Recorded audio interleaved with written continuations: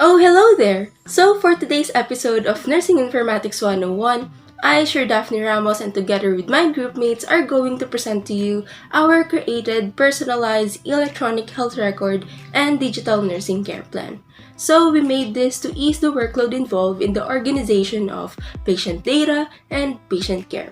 So, without waiting much further, let us now head into it and discover the digital space of the nursing world.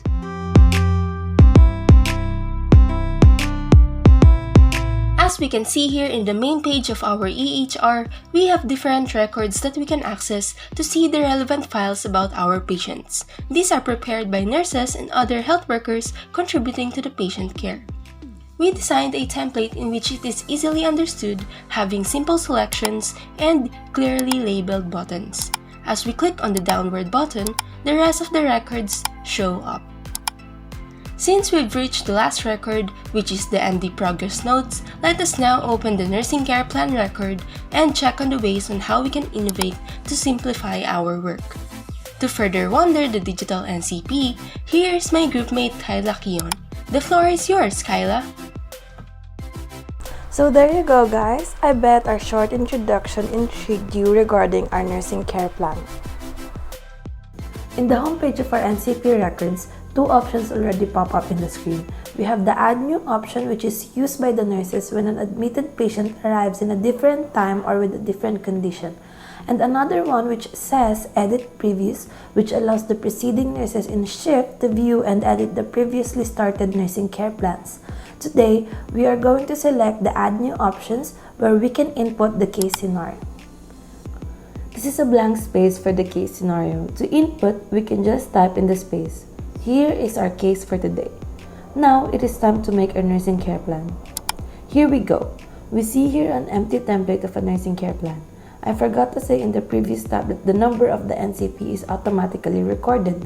This is the first NCP for Mrs. E's newborn.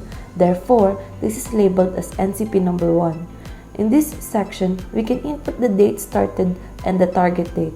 Since the date is not said in the case scenario, we can leave it blank for now, but remember it should not be left blank.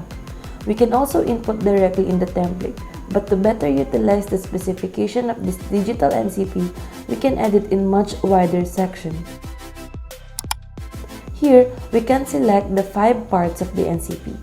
Once we input in the spaces provided for each section, the data will be properly shown on the overview of our NCP, which is the last tab we visited. Let us first select the clues and cues.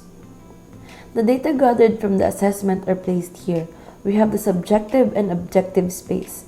We can look back anytime we need in the case scenario by clicking on the View Case button on the upper right section of this NCP. Let us try it. We can now scan once again our case scenario. To go back, we can just press the back button on the upper left corner. Let us check the option under the subjective space. Here, you can enable the use of quotation marks since subjective data are usually verbalized by the patient. Let us try to input our data. The quotation marks are already shown without the need to type it.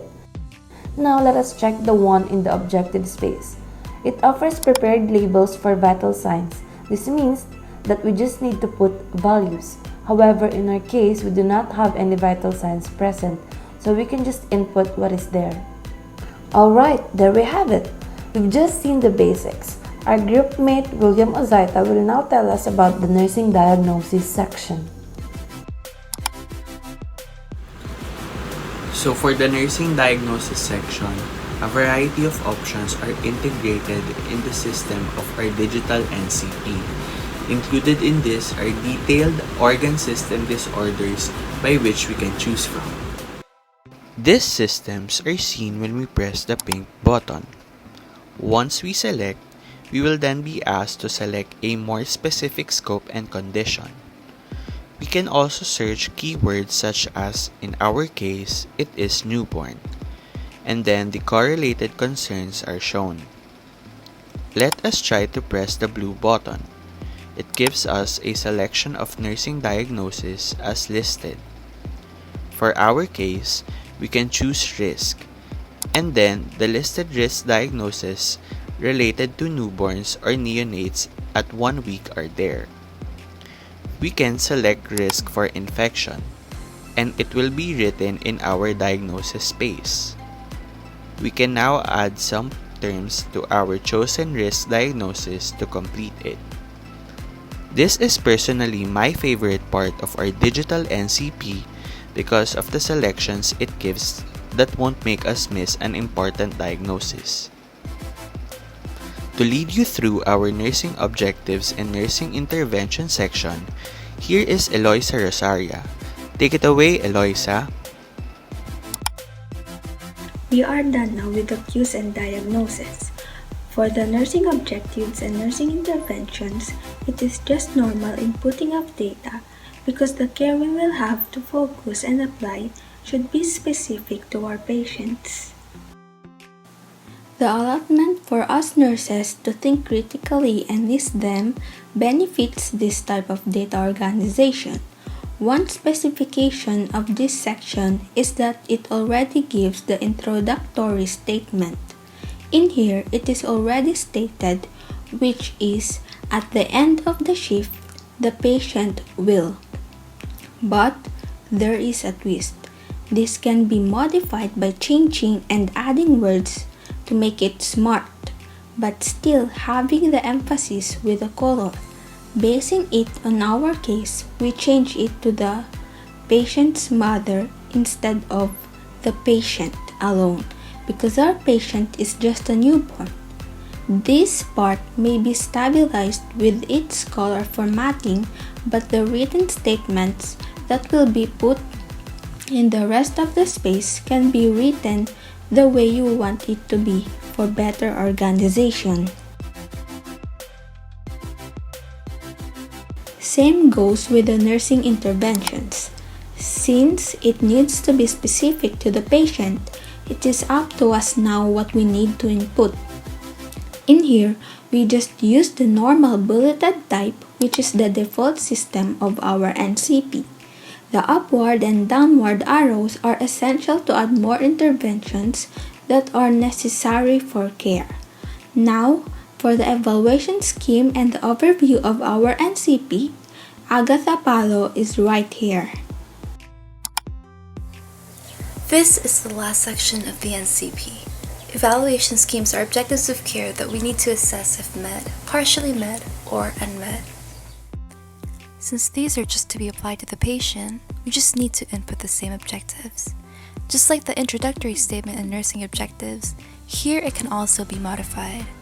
We change the patient to the patient's mother, and just like the previously said specifications, the care plans to be written in the spaces are suitable for as much as needed.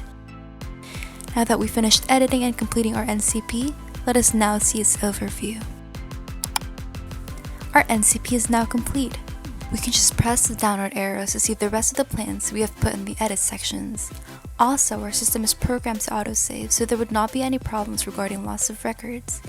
This means that the next nurse in shift to open this EHR can now see the NCP we have made for Mrs. E's newborn in the previous record section.